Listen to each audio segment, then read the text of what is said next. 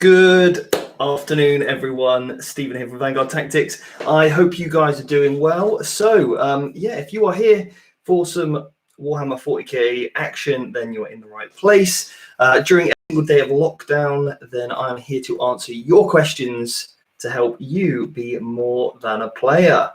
Now, that is our new Vanguard Tactics slogan. And if you saw literally 5 minutes ago, I have updated our new branding up on the Warhammer community, and I'm very excited to share that with you guys. So please, if you haven't done so already, go and check that out and let me know what you think. We've got a new logo, we've got a new icon with the VT, we've got the new slogan.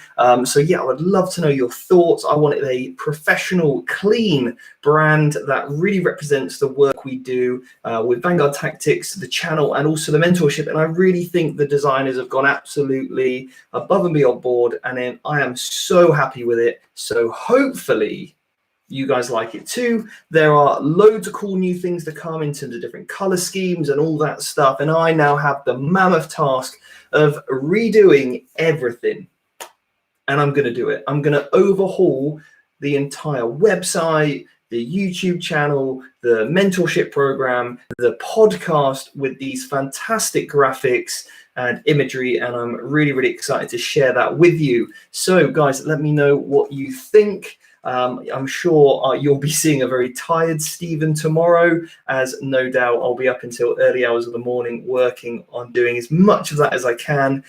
So anyway, guys in the chat, welcome. Say hello, please introduce yourself. I would love it if everyone just says hi. That's all you need to do is pop a comment in, say hello. It's really nice for me to actually get to know you guys a little bit more. And once you've left your first comment, you'll probably leave some more. And that's what it's all about. It's all about just asking questions, getting in the mix. So just say hello. That's all I ask you to do. And if you want to tell me where you're from, then that would be fantastic. Also, it's always nice to know where you guys are tuning in from. You also notice that I have now changed camera angle.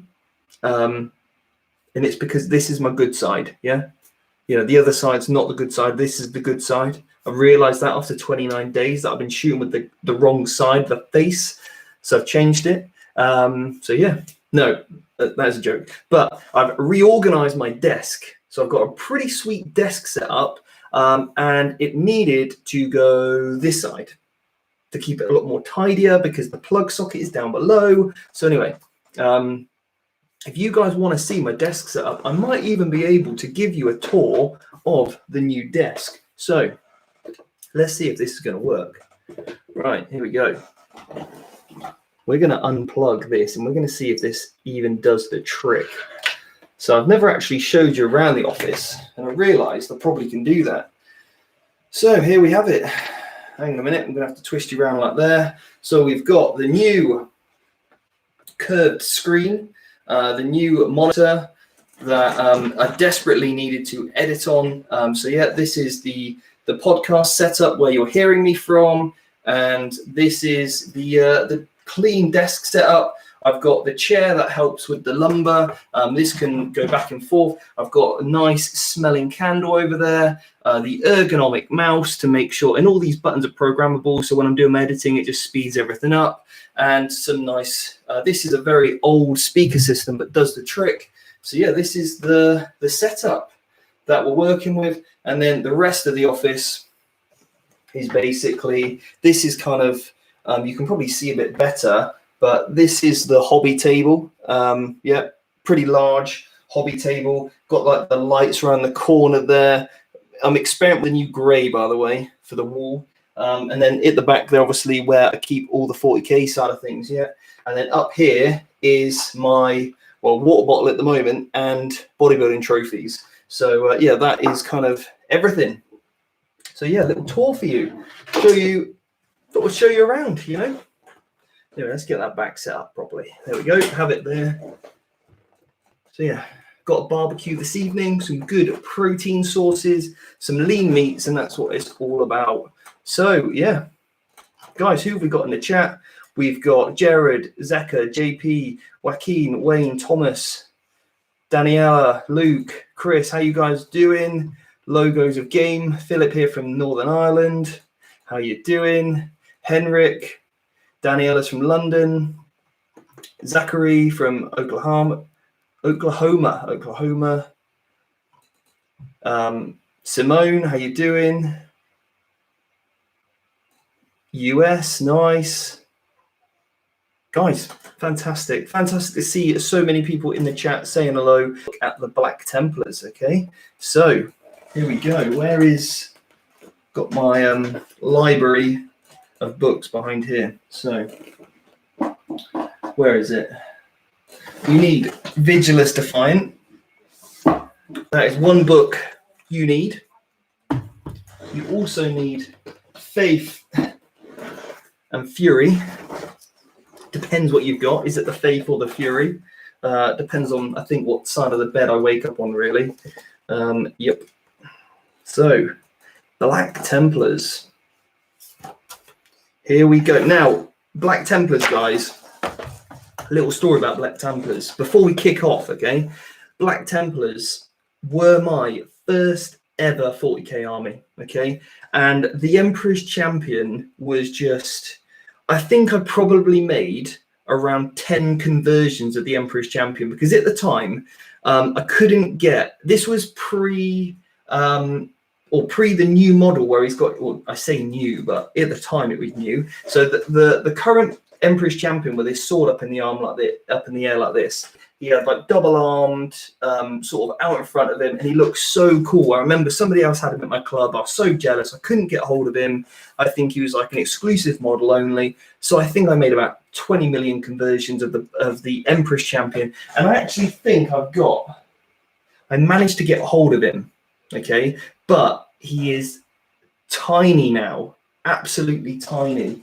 Maybe tomorrow I'll try and find him out. And when you hold him against the Primera, so I've got a lot of love for the Black Templars, and there was this really cool graphic of him facing off Ghazghkull. Okay, so here we go.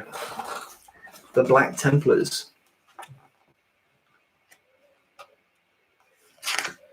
Jack said, why don't you have a giant knight looking thin in your Grey Knight list?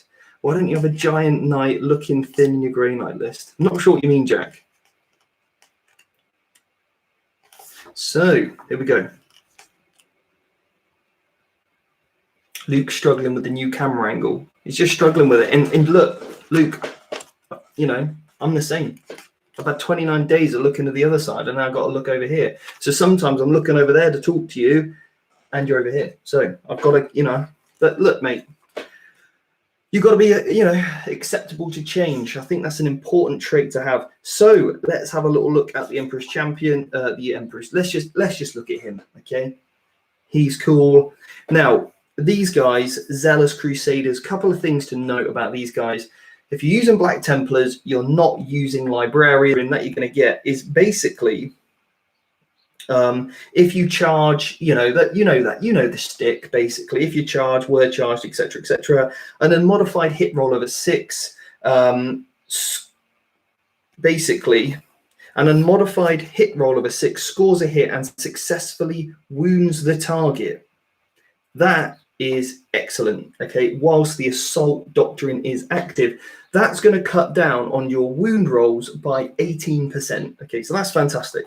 Absolutely brilliant. That you're going to just score an automatic wound, which means now, you know, like 18% of your hits are going to automatically wound. So they're going to go straight through. So no matter what you're fighting, you're wounding, which is great. Because one of the hardest things in the game to do is wound. So it's fantastic to see this. Okay. So we've got... This is obviously the book you need for the Black Templars, and if you want to run a pure Black Templars army, then you want to use the characters, you can't be a successor of them, and you know, you don't want to be a successor. You want to take the characters because they're absolutely sick, and then basically you get the other ability from the Space Marine book, which is you ignore mortal wounds on 5s, and also you get to re-roll any of the dice on the charge, which is absolutely incredible. That is a very, very powerful ability to have in your pocket, okay? So Their main boy is the High Marshal, reroll all hit rolls. So he's actually got the new updated hit rolls. So it's all hit rolls, which is fantastic. So if you hit him with Thunder Hammers, anything with a -1 to hit, he doesn't care. He's like, guys, you can reroll that with me nearby, okay? I'm telling you, re-roll all those misses, re-roll them. That's brilliant. You know, he's got a base 5 attacks. He's got a combi melter. We're probably never going to shoot that, but he's got a cheeky little sword, which is strength 5, -3, D3 damage. And he makes an additional 3 attacks on the charge. So that's great. Okay, so he's pretty good. But he also adds, this is where he really comes into his own, which not many chapter masters do, obviously. You add +1 to his strength characteristics of any Black Templars models within 6, okay? So Black Templars models, while their unit is within 6. So even if one model is stringing back, you know, 24 inches away, the entire ability. But he is basically like Dante, but better because he gives you 4 hit rolls. He hits very hard himself, and also he gives this strength modifier. So as you know, guys, when I'm looking for characters, I'm looking for buffs, I'm looking for things that are going to accentuate the army. You know, he's not a selfish kind of guy. He's like, look, I'm going to help everyone out here, have some extra strength, reroll your misses. Fantastic. Okay, so he's got to go in this list. Okay, we've then got the Emperor's Champion. Now, he is a bit of a selfish chap. However, he, for his points, is just incredible. And you've just got to take him. Yeah, he's an auto-include for any army. I mean, he's rocking a base 5 attacks. He's going to get, he adds what? +1 strength and attacks when he's in base to base, or basically 1 inch of a character. So he's now strength 5. He's going to be strength 6 with his mate Helbrecht nearby. He's +2 strength with his black swords. Now he's going to be strength 8. So he's strength 8, -3, D3 damage. When resolving an attack made by a character or monster, you can reroll a wound roll. So that's great as well. He's just an absolute beat stick. And you can reroll the charge if you, reroll the hit roll if you charged. And he's just fantastic with those base 5 attacks. So when you get to the Assault Doctrine, you're going to be getting, well, you're going to get Shock Assault anyway. So that's another attack at strengths. So you can get 6 attacks. Your weapon's then going to be -4. Any 6 you hit automatically then is going to wound in the Assault Doctrine. So I think he's going in the list. Then we've got Chaplain Grimaldus, who is just, what a quality model. And he gets his little servitors with the stuff on the back. Now, I'll quickly cover the servitors very, very quickly. Now, basically, the only problem with this is that they don't have the character keyword. So it's going to be challenging to keep this little unit safe, but you may as well take it for as long as you can. When a friendly Black Templars unit is within 6 of this unit, within 6, unit would lose a wound. The result was a mortal wound. Roll 1d6 on a 5+, on a 4+. It's in your army. So any Land Raider Crusaders or anything, and you know, a big old unit of haywire jet bikes comes round, and it's like, right, we're going to mortal wound that unit to death. You're like, well, I'm going to save half of them. That's brilliant. That's really, really good. Same for your Dreadnought. So that, in conjunction with your, and you can actually hide this unit behind a Land Raider if you so wanted to, or some Rhinos or whatever, because I just think that's a really, really good way to utilize that little unit. And you're probably going to put them in, unless you felt like they were constantly giving you away kills, then maybe, there's going to be a problem. So Grimaldus, what does he do? Now, he's got 3 attacks, which I would have liked to see have a couple more. But anyway, he knows Linity of Hate plus 2 other litanies. So he's a super chaplain, okay? He's a super chaplain straight away for free. At the start of the battle round, he can recite 2 litanies if he's not been recited. Roll 1d6 on a 3. Yeah, anyway, so it's 3+ per normal, but he gets 2 litanies plus the hate, and he can do 2 as well, which is good. So he could do the reroll misses plus another, and we're going to go on to those in a moment. Now, his weapon is strength, is +2 strength, might take bigger squads in Black Templars. And this is also great. So again, another key character here, which is going under the radar, but has some really fantastic amplifications to the rest of the army. When resolving an attack made with a melee weapon by a friendly Black Templars unit within 6 of this model, on an unmodified hit roll of a 6, you can make an additional hit against that same, using the same weapon. All right, brilliant, absolutely brilliant, guys. So now what this means is when you're rolling your hits, okay, so you've got, imagine these buffs going on in conjunction with this squad, and let's just call them a unit of, I don't know, aggressors. Let's go with aggressors. They've got power fists. They're re-rolling all the misses. Every 6 you roll, one of the 6s is going to automatically wound if you're in your super doctrine. So let's say it's turn 3, you're going to get like 3 attacks each. About 3 attacks each when you charge. I can't remember if it's 3 or 4, but anyway, you're going in and all the 6s that you roll automatically wound. Then for every 6 you roll, you can re-roll those, and if you hit again, they're going to give you another hit. Okay, so it's just a huge force multiplier when you've got all Grimaldus nearby and you're in the Shock Assault Doctrine. So that's brilliant. And then you get your Crusader squads. Now, I'm not sure on Crusader squads, if I'm honest, but this was the traditional way of running them. You run about 10 of the sword. You get 1 sword brethren, which is like a sergeant, 10 neophytes, which are your like scouts. As far as I'm aware, I think you go up to a squad of 20, okay, with this unit. Massive, massive squads, which is fantastic, yeah. And you can re-roll the hit roll of 1 as well with this unit, which is nice. So as long as you've got the right ratio of initiatives to neophytes, yeah, and neophytes can then re-roll the hit roll of 1. That's it, yeah. Okay, cool. So they're very much combat orientated tactical squads, but they're going to die very, very quickly because they've got no real way to keep them alive. But then they get their own litanies, all right? So we've got the Litany of Divine Protection. If this litany is inspiring, select 1 friendly unit. Basically a 5-up feel no pain. That's excellent. That's across the board. That's really good. If this litany is inspiring or resolving an attack made with a melee weapon by a friendly model, you re-roll a wound roll of a 1, so you can basically become a lieutenant. Yeah.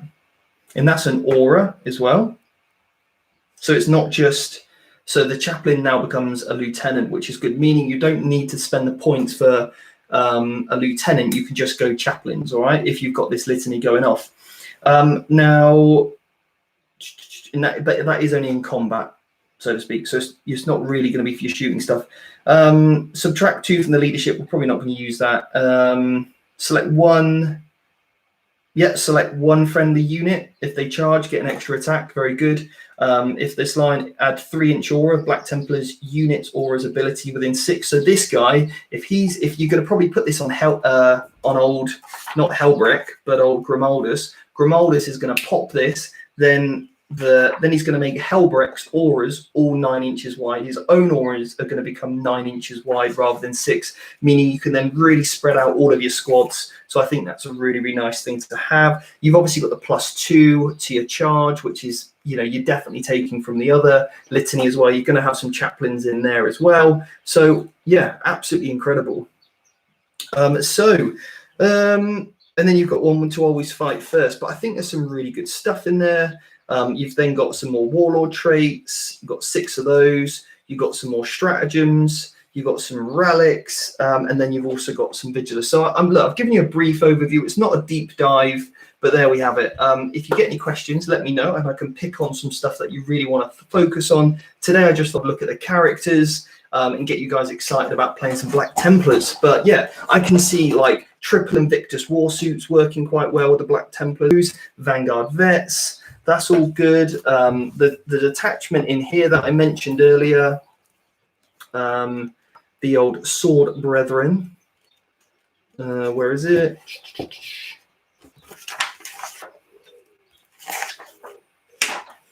Now, the Sword Brethren is a really nice way to buff up some characters because it affects Helbrecht, the Emperor's Champion, Captains, Company Champions, and Company Veterans. So not big squads, but, you know, there's some nice little things in it. Add +1 attack. You can reroll the wound roll for that unit for 2 CPs. That's quite expensive, though, for 2 CPs on, like, maybe 1 model. That's quite a lot, I would say. Yeah, you've got one here, 5 at Feel No Pain for 1 CP as well.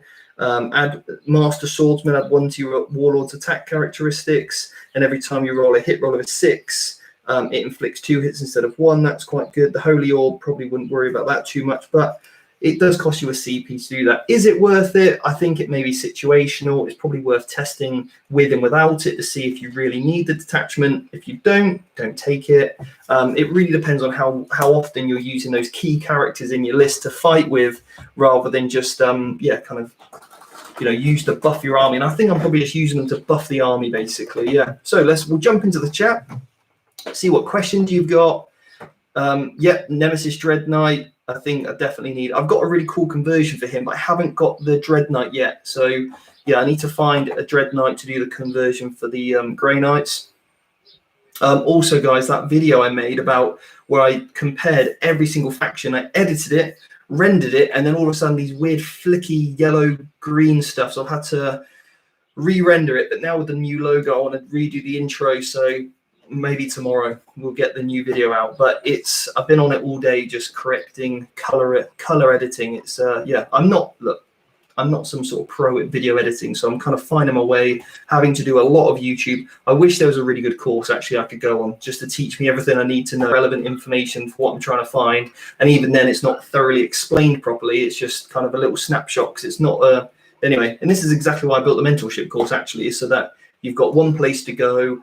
It's all cohesive. It builds, each lesson builds on the next one, and then there's new concepts I've thought of since recording the original video. I'm going to add that in as well to sort of give it that really well-rounded sort of, and that's kind of like the mindset I like to have, is make sure everything's as best as I possibly can with it. So logos of games. So Vanguard Tactics, since starting Warhammer 40k for the first time, any advice for starting Dark Angels? I've composed a Ravenwing list with a focus on Black Knights plus an Ancient with Dark Talent. I mean, that sounds pretty good. Yeah. Stephen H in the chat, he's a fantastic Dark Angel player who's in our communities on the mentorship program as well. I'm sure he won't mind sharing some ideas with you about that. But yeah, fantastic player. I've been helping him with some of our training nights, making sure he can really get the most out of those Deathwing nights, showing some really cool tricks you can do there. But you're definitely going to want a character apothecary on a bike, and he's going to really do a good job for you. A Deathwing Ancient, and then Deathwing along with the Ravenwing, and I think that's a really, really nice combo system for it as well. So yeah, add all that together and you've got a pretty decent way to go for a pure Dark Angel list there. Stephen Carpenter, trying to tempt me back. Trying to tempt me back once I start painting blue. Yeah, well, Black Templars, they're good. They are good, but you've got to go very combat-centric, okay, rather than shooting-centric. So anyway, have you ever considered Wraith Lords or even Wraith Seers? I'm trying to put them in my list, but I feel like I'm trying. So the Wraith Seer, you can do a really funky trick with if you make him Ynnari. You can make him incredibly difficult to kill. I probably would include one Wraith Seer in a Ynnari detachment, okay, as a character. Brilliant. You can make him literally unkillable, or not unkillable, but very hard to kill. Yeah. Ryan said, do you think Sword Brethren special attachment is not worth it because of Lightning Cores and a hatred for Monty Python? I'm not sure what that means, if I'm honest. JW isn't one of the big BT tricks or the Black Templars tricks of Terminators that cannot be Overwatched when they charge my Land Raider Crusader. Yeah, it's just very situational, I think. So, and again, you're never really going to get a pack of 10, and I always think you want 5 is never really enough for a squad size. You always need a couple to string back. And I'm going to be doing videos on this when yeah, use this stratagem in your charge phase. Select one Black Templars infantry unit from your army that disembark from a Land Raider Crusader this turn. Until the end of that turn, enemies cannot fire Overwatch at the selected unit. When resolving an attack made against that unit, subtract 1 from the hit roll. So it's nice. 1 CP is pretty cheap, but the problem with it is, A, you need a Land Raider, and it has to be 2, a Land Raider Crusader. 3, you have to disembark, move, then charge. You can't move the Land Raider, disembark, then charge, which would be nice. So you're limited to your slow movement of the Terminators, which means the Land Raider is going to be in a situation where, your Terminators are only moving 5 inches, +3 from disembarking, that's 8 inches. So your maximum threat range, your average roll on a charge, let's call it an 8 because you can re-roll the dice. You've got 16 inches between where your Land Raider currently is and where the front of that squad is, okay? Think about that, 16 inches, which means your Land Raiders stood out in the open, and anyone worth their salt with a shooting army that you're even worried about using this stratagem with, i.e. ignoring their Overwatch, is going to be packing a lot of guns, and they're going to see you 16 inches away, and they're going to go, Land Raider Crusader, you're going to blow up. Terminator's just popped out, you're going to be dead. So, yeah, I think it's too situational, if I'm honest, to really build around. I could be wrong, but anyway, there we have it. So, and there's other ways to ignore Overwatch by using terrain and stuff like that with other infantry models. So,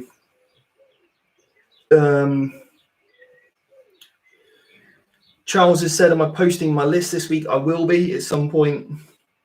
I just haven't got around to it yet, but I will be. And if you sign up to my email list, then you'll get that. Okay, the updated version. I actually updated the update, and I've got a new version that I need to test, and it is spicy hot. Like, we're talking like real super spice. Yeah, if you've ever been to Nando's and you ordered like the extra hot, it's like hotter than that. Okay, that's how hot this Blood Angel list is. So yeah, very spicy. I don't know if I can even talk about it. Yeah, probably go burn the mouth as it comes out. Yeah, anyway. So Razul has said, Stephen, I recently watched your army ranking over in Almost Gaming Pro's channel. Would be interesting to see how many of his picks you agree with or you would change. Nothing negative, just your take. Okay. Yeah, I mean, I've never seen Almost Go Pro's channel, so I wouldn't know what that is, or I haven't seen their videos either. But yeah, I mean, I'll tell you honestly what I think. Yeah. So Edward said, so I have been away from 40k for a while, got out in 6th edition and looking to get back in. Where would you recommend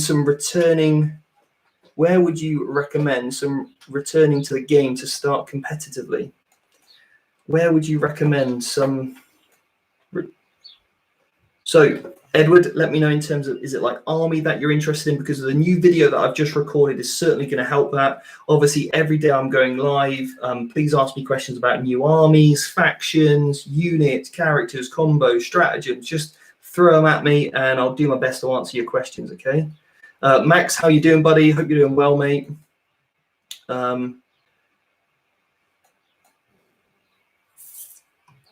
Here we go. JP Wargaming, for salamanders for cheap troop choice, would you rather take tactical or scouts, tackle it, taking into effective and ignore -1 AP?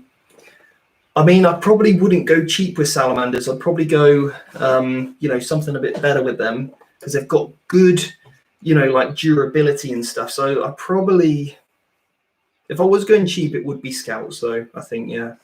Just if you want to, like, if they're there simply to get you some CPs for no other role, then definitely go super cheap with the scouts, I think. Yeah. Because the other thing about scouts for their points, like let's say you're facing off against an army of knights, which might be a tricky situation for the salamanders. You can just use them to move block, or you can counter deploy like Raven Guard or Grey Knights. You can do some shenanigans like that, which you can't do with tactical marines, which I think is worth the, yes, you can control the pace of the game turn one. I like that. Lucas said, talking Black Templars today, I know that as a Tyranno player, I'd love someone who's high level action focused tomorrow on NIDS. I'm cool with that. JW, I need to go in a minute because my barbecue's ready, and I said I'll be done by 6:30, and I've already gone 5 minutes over. Stephen, nice to see you go through the codexes and give your overall opinion on them. Whilst on the subject, would you interested in go through the White Scar supplement? Yeah, more than happy to do that as well. Absolutely, not a problem. Primarily, they've got some source, isn't there? Hot serve, very nice to handle. The source, the Blood Angels, gives me nightmares. That's it, mate. If you had to run 10 Chaos Space Marines as 1 or 2 squads in a Chaos Space Marine army, how would you try and 8 CPs for that battalion? Incredible. I think if you just want them, just getting them in there to get you some CPs, you may as well go Red Corsairs and get them all in there. Yeah, definitely. Do I think the troop of Harlequins in a Starweaver all packing fusion pistols with Harlequin blades is unassuming, or do they need more gear? Yeah, to be honest, I've ran the Harlequins with the old pistols many a times. You can take 6 with a fusion pistol, but you hit on 3s, so only 4 hit. And if you roll poorly, 3 hit, so 3 to 4 hits. Okay, you're then probably going to always fail with one of them on the wound roll. And let's be honest, you're only going to be shooting fusions at something like a knight. So you're wounding on 4s. So then if you've got 4 hits, only 2 wound, then you've got then even if they don't rotate, they got a 5 up. So if they do rotate, they're on a 4 up, so only 1 goes through, 3.5, average damage. Yeah, so it's not great. And then you're completely exposed. And because this is the problem with the Harlequins, because you're so close to the unit to use them, all they need to do is, and again, I've got videos on the mentorship about this, you just wrap that unit up, okay, kill the transport, which is super easy to kill, whole unit dead. It just doesn't work out well in practice. Yeah,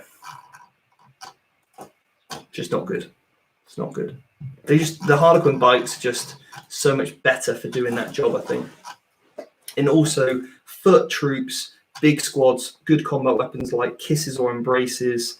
Yeah, I just think it's just much better for their points. But I would love to see Harlequins get a little point reduction. Some extra little tricks up their sleeve is what they need. Anyway, guys, I'm going to call that a day. I hope you enjoyed this one. I know it was a bit shorter than yesterday's 45 minutes, but hey, we've been here 35 minutes, and I think we've done a good job at going over the Black Templars. Hopefully I got you excited about it. I'll try and find out my Black Templars model for you tomorrow, and I've got loads of cool changes to do now with this new logo and branding to get sorted. So anyways, take care as always, guys, and yeah, make sure you are staying safe and doing everything you possibly can during this time, and I'll see you tomorrow at 6 o'clock. All right, see you later.